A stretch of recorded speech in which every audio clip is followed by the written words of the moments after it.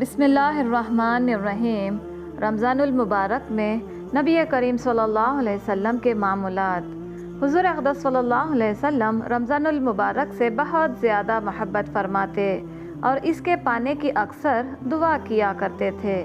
حضور اقدس صلی اللہ علیہ وسلم رمضان المبارک کے مہینے کا خوش آمدید کہہ کر استقبال کرتے۔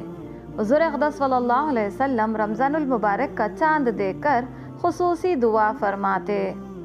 حضور اقدس صلی اللہ علیہ وسلم نے سحری لازمی کرنے کی تلقین فرمائی، اگرچہ پانی کا ایک گھونٹ سے ہی کی جائے۔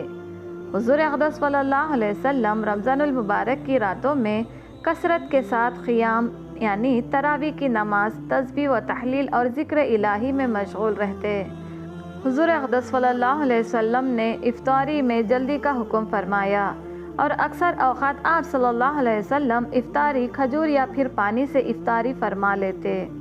حضور اقدس صلی اللہ علیہ وسلم رمضان المبارک میں ہمیشہ ایک مرتبہ ختم قرآن فرماتے اور حضرت جبرائیل علیہ السلام کے ساتھ دورہ قرآن فرماتے۔